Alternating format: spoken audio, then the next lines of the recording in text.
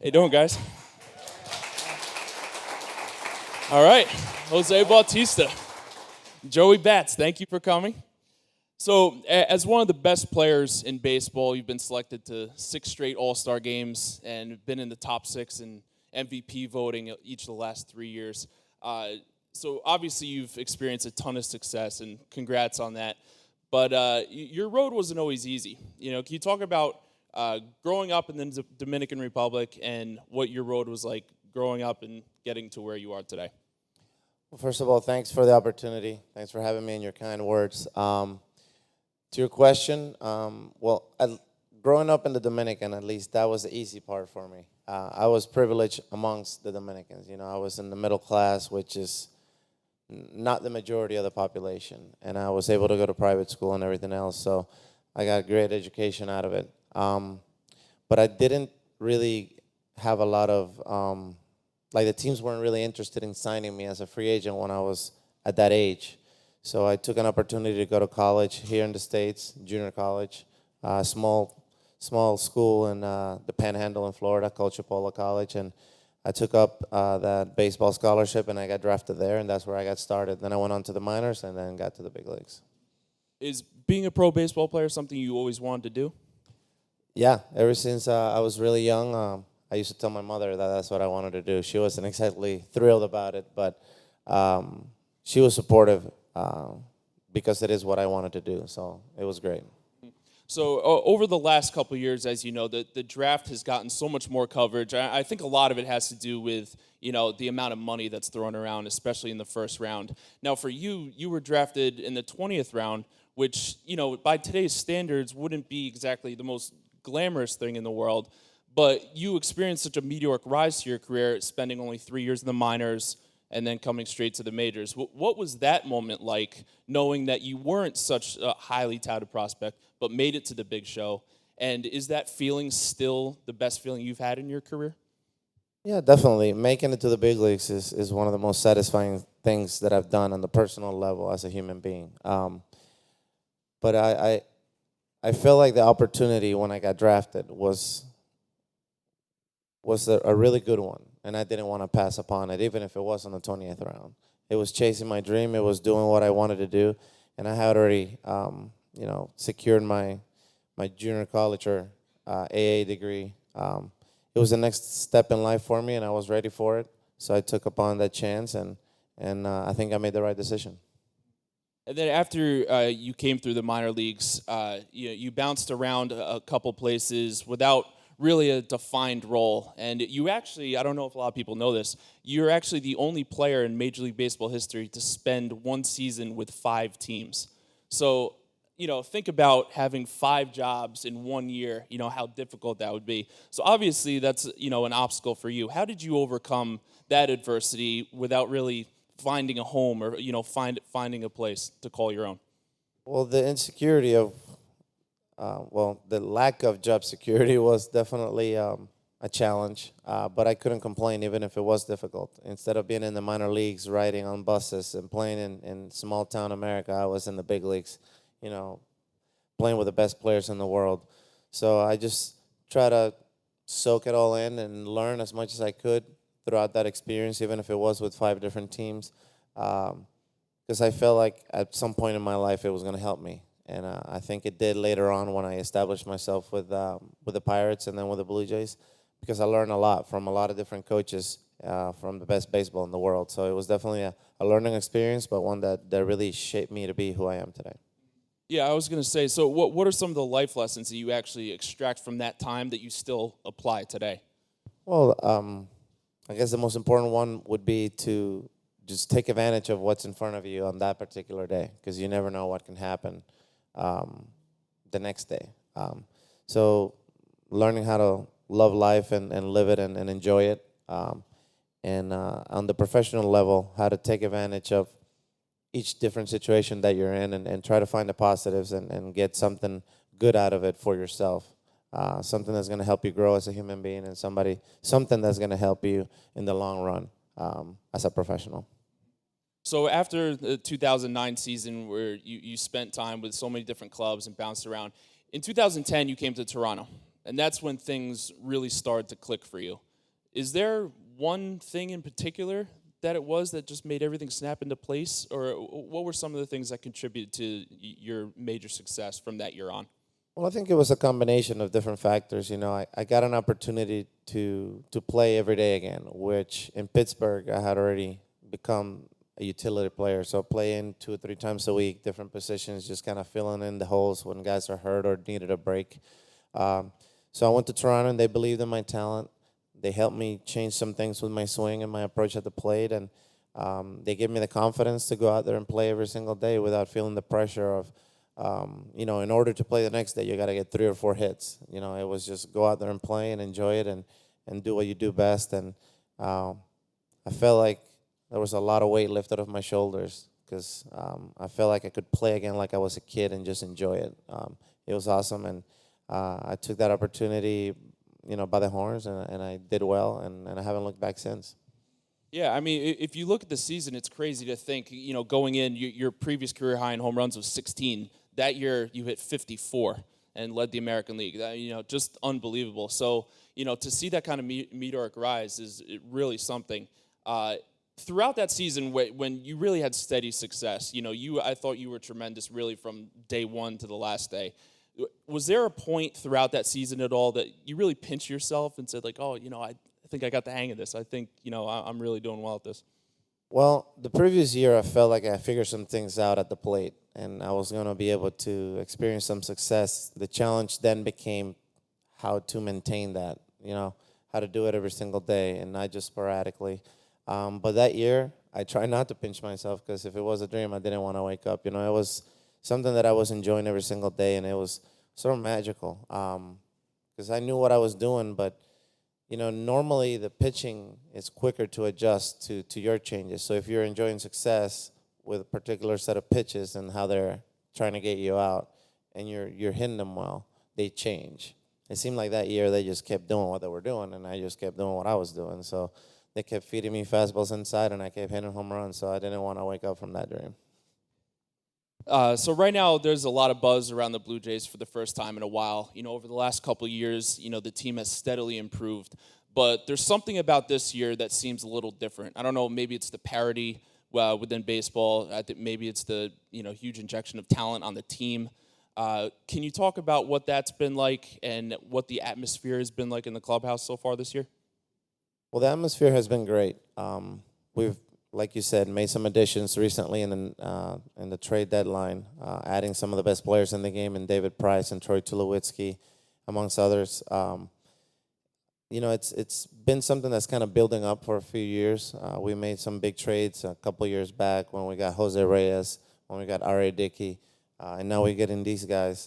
Playing together for a few years has kind of brought us together, and with the injection of this talent recently, it's just become an avalanche, and everything seems to be going our way. We hope to maintain this momentum and keep winning games. We're like, I don't know, I think we won 8 straight right now. It's been a fun ride. It's hopefully going to continue to be a fun ride, and hopefully I make the playoffs for the first time in my career because it's going to be fun. What happened when you guys first got word that you traded for Troy Tulowitzki, who, for some of you who don't know, is one of the best shortstops in all of baseball? What was that like?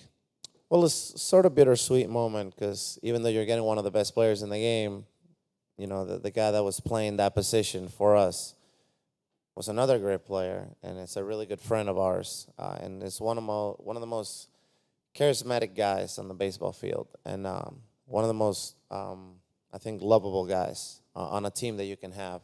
And Jose Reyes, he used to play for the Mets, and then we traded him to Colorado for Troy. So you're sad to see a guy like that leave, but you're getting one of the best players in the game, and you're going to establish a relationship and get to know that guy just as well, but it takes time. So that's why it's bittersweet, but as a professional, you're excited about the possibilities of playing along somebody like that, getting to pick their brain and learning from them, and also seeing how they're going to be able to contribute to some of the wins for the team. And it's been great ever since. And then what about with David Price? How did you guys find out about that? Is that something you're just watching SportsCenter, or is it something, the manager says in the clubhouse, or you hear from a player? How does that happen? Well, yeah, that's I'm glad you touched up on that because that's how most of us find out about trades. Unless you're involved now, unless you're part of the trade, you're most likely going to find out in some social media. Somebody's going to tweet about it, or one of the baseball blogs. Somebody's going to put something up. You know, the baseball coverage and sports coverage nowadays is really intense. There's guys making phone calls 24/7, and within seconds of something happening, it's on the internet. So that's exactly what I was doing. I was just sitting at home, and I was watching TV, and I heard that there was a rumor that was a potential trade in place, and then I texted our general manager, asked him if it was true, and he said yes, and then I replied to him, yes, with a million exclamation points. It's exciting times. He's one of the best pitchers in the game. Glad I don't have to face him, and glad that I get to play behind him now. Yeah, that's awesome. That's awesome. From someone who's actually been on that side of the business where you've been dealt or we're anticipating being dealt, is that as nerve-wracking as it seems? Or what's that like to know that there's a very good chance that you're going to be changing addresses within the next couple hours? I mean, it could be dependent on your situation. For instance, Troy had only played before he got traded for one team, the Colorado Rockies, for his whole career, and he had been in the big leagues for I think 8 or 9 years. So for him, I'm sure it was nerve-wracking. But he was going from a last-place team to a place where you have a chance to go to the playoffs. So I can't really speak for him or how he felt, but I'm sure that was a difficult transition because he had been in one place for so long, and he'd only known one organization, and you know, it's a first time going out of that atmosphere for him. For David Price, it was a team that, you know, they're like in middle of the pack, but it seemed like they were willing to sacrifice winning this year to get some prospects and look into the future. So with him becoming a free agent after this season, I'm sure he would rather be here with us and, again, playing meaningful games in August and September and hopefully going to the playoffs. So I think it all depends on each person's individual situation. Well, with all these moving parts and players changing teams and whatnot, you know, I think that's kind of contributed to how parity has really become a major part of the game. You know, there's not one big favorite to win the World Series, and there hasn't been in a while. Even though the Giants have won, 3 of the last 5, there's still a sense of where, there's at least 18 teams, I said, that they could really look in the mirror and say, okay, we have a legitimate shot to win this. Do you think that's good for the game? That's really good for the game. I think it keeps fans on their toes. Every fan from every team feels, 18 out of 30 feels like they have a chance. That's what it's all about, keeping people engaged and playing meaningful games. Because when you're 30 games under 500 in August, and the games don't mean absolutely anything because you have 0% chance of making the playoffs. It's right. Tough to go to work, Red Sox, right? And it's tough to watch as a fan. So it's been great. I think Major League Baseball has put, and I don't want to dive into the business part of it too much, but they put a lot of competitive balance kind of rules amongst the industry to make sure that all teams get access to talent. And with all the new TV revenue coming in, I think it's helped a lot of the small market teams have cash to go get some of the good players as well. So as you guys are gearing up for the stretch run, does it help to know that you guys actually have a lot of players in the clubhouse who have been in pennant races and know how to deal with the stress of, quote unquote, crunch time? Absolutely. Guys that have been there, done that, it's easy for them to perform when that stage goes back up. And it's different. It's different playing a regular season game, and it's different playing playoff games. But most importantly, when you have a great team put together with awesome talent and great guys that you can get along with well and gel, I think the talent takes over, the confidence takes over, and as a group, I think we have to be at the top, feeling like that every time we step onto the field amongst all the major league teams. So. I like our chances, and if I was a betting man, which I'm not, I would definitely bet on ourselves. Something I was really curious to get your opinion on with some of the rule changes in baseball and some of the different ways that the league is looking at to perhaps speed up the game. What are your thoughts on that? I think it's going to be good for the game. I think some people and some fans, maybe not the true diehard baseball fans, feel like the game is too slow. Like it takes too long, not only to watch it live, but also on TV. So I think all that's going to help. And I think as long as they don't disrupt the nature of the game itself and the sport, they can implement all those rules. I like that too. I don't want to be out there standing for 4 hours, in the outfield. So it's keeps the game going faster and then the intensity level a little higher. So I like it. What about instant replay? Do you like that too?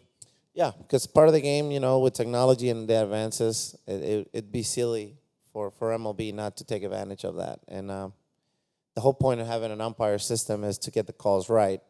But the human element is there, and sometimes you can't see things, and it goes too fast. And it's good for the game to have that in place and be able to review plays and get the calls right. So one of the really cool things that you've done this month, amongst all the great things that you've done this month with the team, is that you helped bring back the ALS Ice Bucket Challenge. But funny enough, you put a little spin of your own on it. Can you talk about what happened there? Well, MLB is doing a huge donation. I think they're donating $100,000 every year, or this year, starting moving on to the future, to the ALS research. And they started this movement where every major league team on the month of August gets a day to do a challenge. And we got challenged by the Atlanta Braves, and we wanted to do something a little bit different. So we called a comedian, two comedians, a comedian and an actress. So he did a little funny skit. Lauren Holly was the actress. She was in Dumb and Dumber.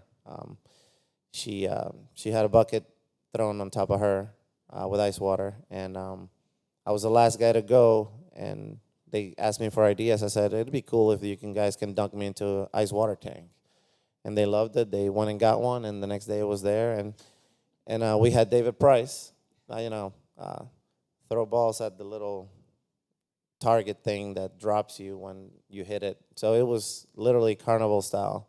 I got dropped into an ice water tank. It was cold, but it was good, and we're drawing more awareness to a disease that really needs funding for more research, because it's a devastating disease, and hopefully we can figure out how to make people's life who have it better. That's great. You're doing great things off the field. Another exciting thing you have coming up on Monday, your third annual charity event. Can you talk a little bit about that? Yeah, it's going to be in Toronto. This golf course called Eagle's Nest. It's the third time I'm hosting it. It's a charity golf event. Get a bunch of different celebrities from Canada and other places in the world come out. Some of the hockey guys, some of the other athletes, and some of the Blue Jays former players. It's exciting. We get to raise a lot of money for the foundation, and my foundation is called the Bautista Family Education Fund. The website is bautistafund.org, and we help student athletes in their transition to go to college and continue to play sports while hopefully getting their college degree and becoming a productive part of their communities wherever they end up. So we've been doing it for 4 years. We've had 6 graduates already, and we have 30 kids that are currently in school. So it's going great, and looking forward to the event on Monday. That's excellent. That's excellent. I think we'll open it up to the crowd now for questions. Okay, so me and my dad both have this question. My dad's a big fan. So we want to know where you got your nickname from. It was actually in Pittsburgh. There was this gentleman that worked at the stadium behind the plate. He was one of the servers, and he started making a sign for me with that nickname. I don't really know where he got the inspiration, but then the TV guys got a hold of it, and they started calling me that on the broadcast of the game, and then people on the street started calling me that. And when social media came around and I needed a nickname to start, or not a nickname, I needed a name to put on my handles, I just decided to go with it, and people have loved it ever since. For some reason, it's a catchy nickname, and people like it. So it's not a childhood one. It's something that I guess I got later on in life. Hello. That was a great grand slam the other night. But I want to know, ever since the beginning of the season until after the All-Star break, I've seen your team has an uptick in home runs. Is there anything different that you guys did, or was it the trade deadline? No, I mean, I think our team is just put together in a way that there's a lot of guys that have the ability to hit the home run. We have Josh Donaldson, who averages about 30 home runs a year. Edwin Encarnacion, who averages about 35. I'm right up there with Edwin in that range. Now we have Troy Tulowitzki, who averages 30 home runs a year. So we have the ability to hit the long ball. Even our guys that are on somewhat of backup roles, like Danny Valencia, who left now and got traded to another team, he had about 8 home runs. Kevin Pillar has about 10. Justin Smoke has about 10. So we just have that ability. It's just, and we play in a really hitters-friendly park. So the ball really flies in our stadium. So we take advantage of it. All right. Hi. My name is Scott. I'm actually a Yankee fan, but I really admire everything that you've achieved in the game so far. I was wondering, there have been players that have come, like, for example, to the Yankees, like Joba Chamberlain and other players like Randy Johnson that had great careers before they came to the bright lights, the Big Apple, and they didn't seem to really, cut it with the high pressure of the big city. But other players from smaller markets, I guess you could think of like Keith Hernandez or, other players like from the Mets or the Yankees, like Mike Piazza, have come up and have really flourished and become New York icons. I was just wondering for you, do you feel more comfortable like in a smaller market or a larger market? That's my first, and why? And second of all, being that you play for Toronto and you kind of know the sort of the Canadian landscape for baseball, what do you think about baseball coming back to Montreal? Well, your first question, I don't really have a preference. I played in both. I used to play in Pittsburgh, in Tampa, in Baltimore, in Kansas City, and I could keep going. And I've played in Toronto, which is, I think, the 5th largest city in North America. It's pretty large. It's not New York, but it's pretty big. I don't have a preference. I think it's just comfort, and comfort within, the team and the city, not necessarily just because it's big or small. Sometimes you can feel really comfortable in New York, and sometimes you can feel really uncomfortable in St. Louis. I think it changes from person to person. And then your second question, it's interesting to see what could happen with Montreal. I know Tampa Bay has really struggled with putting fans in the seats, and they're a great franchise with a lot of talent and a great front office. So they're looking for alternatives because I think they come to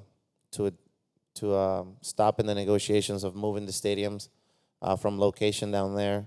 So, and then Oakland is the other team that has had trouble with their attendance in their stadium because of the location as well. So those are 2 possibilities.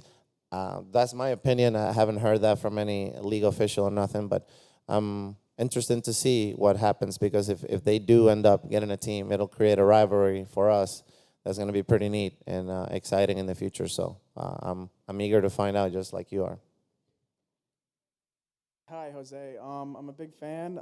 Since it's been so long for both teams, your thought on a potential Mets-Blue Jays World Series? I mean, I like the American League part of it. And when it comes to the Mets, they really have a great young pitching staff of guys that just, they throw very hard. It wouldn't be easy for us to beat them. So if I had to pick, I'd pick the worst team in the National League so we can face them in the World Series, and it'll be easier for us to win. But as a fan, I understand that the better the games, the more you guys are going to enjoy it. So that would be a great matchup. I'm not trying to get ahead of myself and say that I guarantee that we're going to be there. But I'm enjoying the challenge, and I'm enjoying going out there to the stadium every day and working hard for it. So I'm hopeful, and hopefully it does come true. So I like that matchup. Over here. How's it going? I'm actually a Mets fan, but yeah. But you have a pretty big game tonight. I think you're 4.5 games back of the Yankees. So what do you expect out of the Yankees tonight? Well, I don't know what to expect. They've been playing great baseball, and it seems like they're scoring a lot of runs. I think they had a little trouble with a knuckleballer from Boston the other day, and I think we have already Dickey on the mound tonight. So hopefully that works to our advantage, and they struggle just like they did the other day, and we can get to Eovaldi, who's one of their young pitchers that's going tonight. I'm trying to get wins, so I don't really care too much about the Yankees right now. Hopefully they all stink it up and we do well. So that's what I'm hoping. But they're a really talented group of veteran players. You know, they're sort of on the older side, but that doesn't mean they're not good.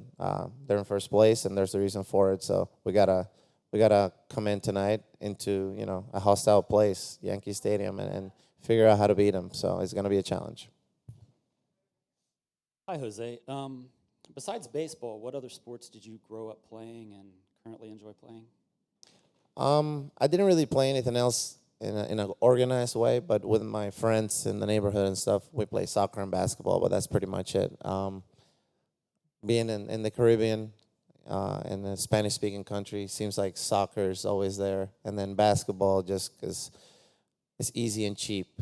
10 guys can play with just one ball if you can find a court. So even though I was middle class in the Dominican doesn't equate to middle class here. So I didn't have all the luxury that I could, you know, play other sports like tennis, football, or hockey, you know, where it's a little bit more expensive. So we enjoyed playing soccer and basketball. And currently, I've taken up golf in the last few years. So, and I'm not great at it, so still a work in progress. Hey, Jose. Got a lot of respect for you. What do you feel is the greatest life lesson you learned through baseball, or that you want people to learn through baseball? Well, that's an easy one. It's just believe it in yourself, and I'm truly a believer that with hard work and dedication, if you have talent for that specific career that you've chosen for yourself, you can accomplish whatever you want. I think one of the biggest and most important things, and I guess a secret ingredient to being successful, is loving what you're doing. And I certainly love baseball, and I think that's why I go above and beyond all the time to try to figure out how to remain good and be the best. I don't need the extra motivation or people telling me, hey, go do this, go do that. Like, I get out of bed and I do it myself, and I think that's important. No more?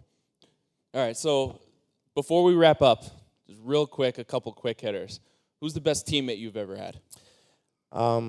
Jose Reyes, like I said earlier, he's great. He's a joy to have around. Somebody that brings a smile to your face just by being around him. What's your favorite ballpark to play in? I'd have to say Target Field. I've hit more home runs there than any other ballpark, so I have to pick that one. Who's the best pitcher you've ever faced? Pedro Martinez. I've only faced him a few times. I think I have maybe 2 at-bats against him, but you know, everything that he meant to the game and to my country, he's from the Dominican Republic as well, was awesome, and he just got inducted to the Hall of Fame, so my congratulations to him again. But he's by far the best pitcher I've ever faced. Ballpark aside, what is the most comfortable clubhouse? That I've played in, or like comfort-wise? When you show up, Just it's when like you a show spa. up. Yeah. I think, you know, our home clubhouse is pretty good, but on the road here in New York with the Yankees and the Mets, just because the kitchen is so well kept, and there's so much variety of food and stuff that you really get to enjoy being in those clubhouses. The facilities are newer too, so that's great. What's your go-to movie when you're on a plane on a long road trip? You know, I don't have a go-to movie, but if I had to pick one, it would be Gladiator.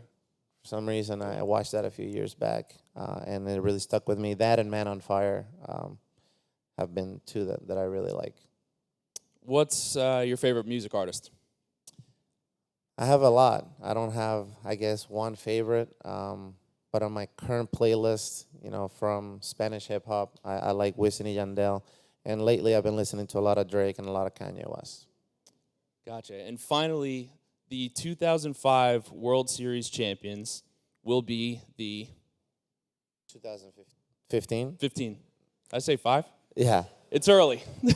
Well, obviously, I got to say the Toronto Blue Jays. I mean, there you go. There's no doubt. Jose Bautista, thank you so much. Thanks, guys.